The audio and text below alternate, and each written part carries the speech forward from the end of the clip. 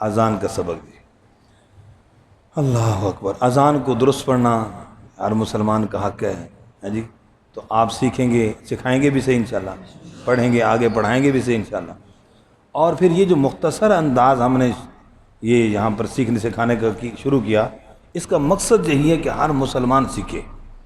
ظاہر ہے مجھے اب دوسرے مصری انداز میں اور حرم کے انداز میں اذان آتی ہے، ٹھیک ہے، وہ بھی میں پڑھتا ہوں، لیکن سکھاتے وقت وہ نہیں پڑھا رہا ہوں، کیونکہ سکھاتے وقت جب وہ سکھاؤں گا تو بابا جی کہیں گے میں نے تو نہیں آتی، دوسرے کہیں گے میرا سانس نہیں ہے، تیسرا کہے گا میری آواز نہیں ہے۔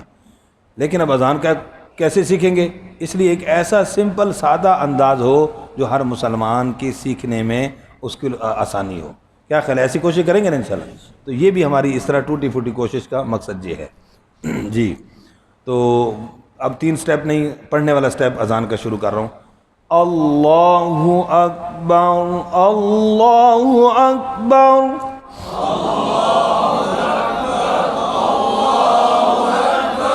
شاباش، اللہ اکبر، اللہ اکبر،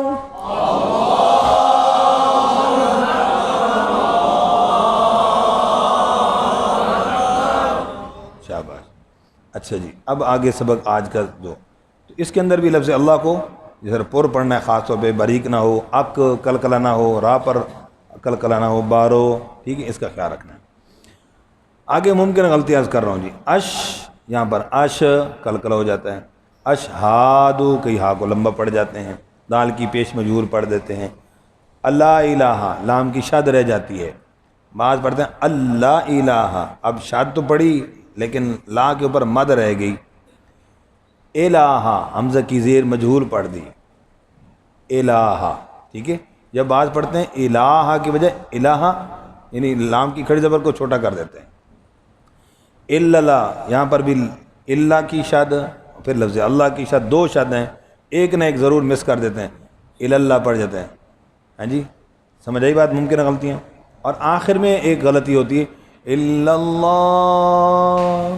یہ ہوا میں ختم کرتے ہیں آواز، آخر میں تو ہاں ہے، وہ ہاں پڑھنے سے رہ جاتا ہے۔ یہ ممکنہ غلطیاں جو میں نے عرض کی، کچھ میں نے سنی، کچھ دیکھی اس طریقے سے دوستوں کو پڑھاتے ہوئے، تو یہ وہ میں نے عرض کر دیں۔ ان غلطیوں میں سے کوئی غلطی بھی نہیں ہونی چاہیے، یہ نہ کہنا کہ استاد جی نے پڑھایا ہی تھا تو یہ بھی بتایا تھا، تو یہ جو کچھ بتایا نا، یہ نہ کرنے کے لیے بتایا کہ یہ کچھ نہیں کرنا، ٹھیک ہے؟ ہاں جی، دیکھیے گا اب یہ جو اشارہ کروں گا نا، یہ شد کا اشارہ ہوگا، ایسے لیتے جائیں گے، ذرا غور کیجیے گا۔ اشہد ان لا الہ، ہاف پڑھیے گا، اللہ الا اللہ،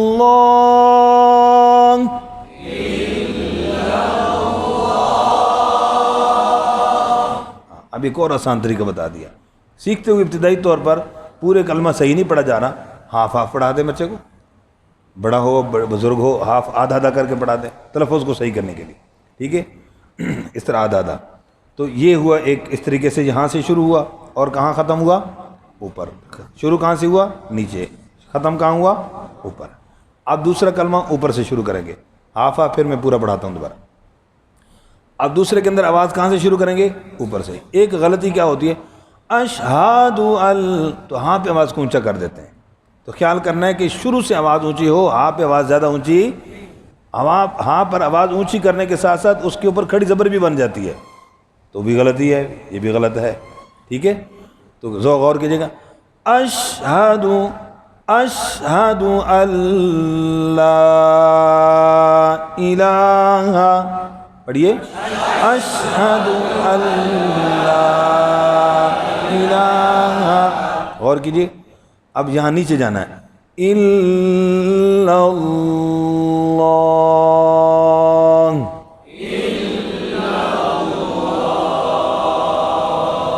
ہاں کو واضح کرنا ہے، لا، یوں نہیں کرنا، ٹھیک ہے، الا اللہ،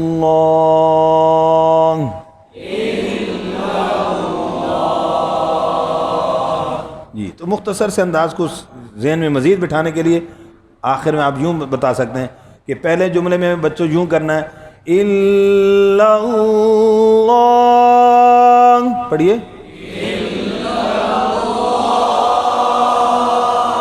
پہلے جملے میں، آخر میں یوں اونچا کرنا ہے، دوسرے میں الا اللہ،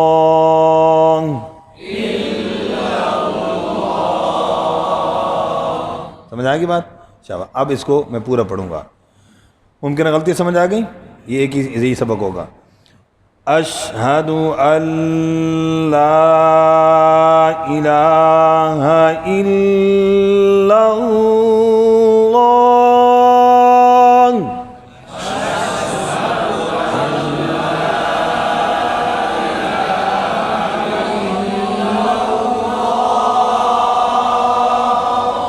شاباش۔ اشہد ان، بعد دوسرے ہاتھ زیادہ ہی اونچا کر دیتے ہیں، ایسا نہیں، یہ آپ کو نظر آ رہا ہوں، اشہد ان لا الہ الا اللہ،